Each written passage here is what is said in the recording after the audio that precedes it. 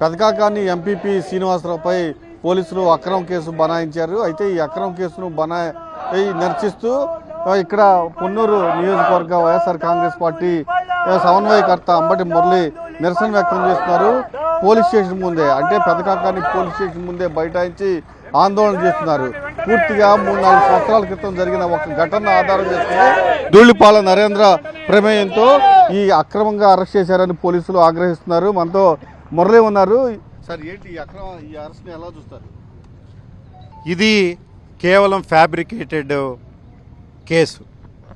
స్థానిక శాసనసభ్యుడు ధూళిపాళ నరేంద్ర ప్రమేయంతో ఎప్పుడో జలకళలో ఏదో లోపం జరిగిందని ఈ రోజున 420 కింద కేసు పెట్టి స్థానిక మండల పరిషత్ అధ్యక్షులు, ప్రజల నుంచి ఎన్నికైనటువంటి వ్యక్తి, బీసీ వర్గాలకు, వెనుకబడిన వర్గాలకు చెందిన ఒక వ్యక్తిని, ఒక మండల అధ్యక్షుడిని నిర్దాక్షిణ్యంగా పోలీస్ స్టేషన్కి తీసుకొచ్చి అరెస్ట్ చేయడం జరిగింది. తెలిసిన వెంటనే మేము ఇక్కడికి వచ్చి అడిగితే 420 కింద చీటింగ్ కేసు పెట్టామన్నారు. ఇది నేచర్ ఆఫ్ సివిల్ కేస్. ఇది ఎప్పుడో ప్రభుత్వంలో జలకళలో అక్రమాలు జరిగాయని, అక్కడేదో మోసం జరిగిందని 3 సంవత్సరాల తర్వాత ఇవాళ ఒక కేసు బనాయించడం.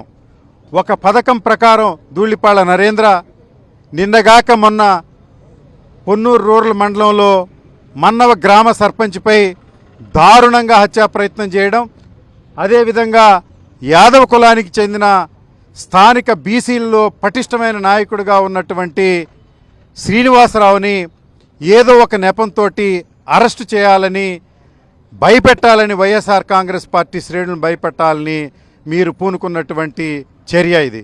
అంతేకాదు, నియోజకవర్గంలో ధూళిపాళ నరేంద్ర చేస్తున్నటువంటి అక్రమాలు, అన్యాయాలు, కిరాతక చర్యలను వాళ్ళ రాజపత్రిక ఆంధ్రజ్యోతిలో కూడా ఇప్పుడు ఈ మధ్యకాలంలో ప్రముఖంగా ప్రచురిస్తూ ఉన్నాయి. అలాంటివన్నీ మదుగులో పెట్టడం కోసం ఇది కప్పదాటు చర్యగా బీసీ నాయకుల్ని అణచాలని, ఎస్సీ నాయకుల్ని అణచాలని, ప్రజల్ని డైవర్ట్ చేయడం కోసం ధూళిపాళ నరేంద్ర చేస్తున్నటువంటి ఎత్తుగడ. స్థానిక పోలీసులు ధూళిపాళ నరేంద్రకు తొత్తులుగా మారి వారు అరెస్ట్ చేయమంటే అరెస్ట్ చేయడం, వారు కేసు పెట్టమంటే కేసు పెట్టడం. ఇలాంటి చర్యలకు మేము వ్యతిరేకిస్తూ వైఎస్ఆర్ కాంగ్రెస్ పార్టీ పొన్నూరు నియోజకవర్గం కేంద్ర కార్యాలయంతో అనుసంధానం చేసుకొని ఒక ప్రజా ఉద్యమాన్ని నిర్మించడానికి మేము సిద్ధంగా ఉన్నామని ఏం చెప్తున్నారు సార్? పోలీసులు అరెస్ట్ చేసేసామండి, విడుదల చేయడానికి వీలు కాదన్నారు. అక్కడికి అడిగాం, ఇది సివిల్ కేసు కదా, మీరు ప్రభుత్వంలో ఉన్నటువంటి ఒక వ్యక్తి, స్థానిక సంస్థలకి ఎన్నికైనటువంటి ప్రజా పరిషత్ అధ్యక్షుడిని మీరు అరెస్ట్ చేసేటప్పుడు మరి ముందు ఇన్ఫామ్ చేయాలి కదా, ఏం మోసం జరిగిందంటే అలాంటిది ఏమీ లేదండి అంటారు. ఈ మధ్య కాలంలో కంప్లైంట్ తీసుకున్నారంట. ఇది 3 సంవత్సరాల నాటి మరి చర్యట. జలకాలు ఎప్పుడో జరిగింది.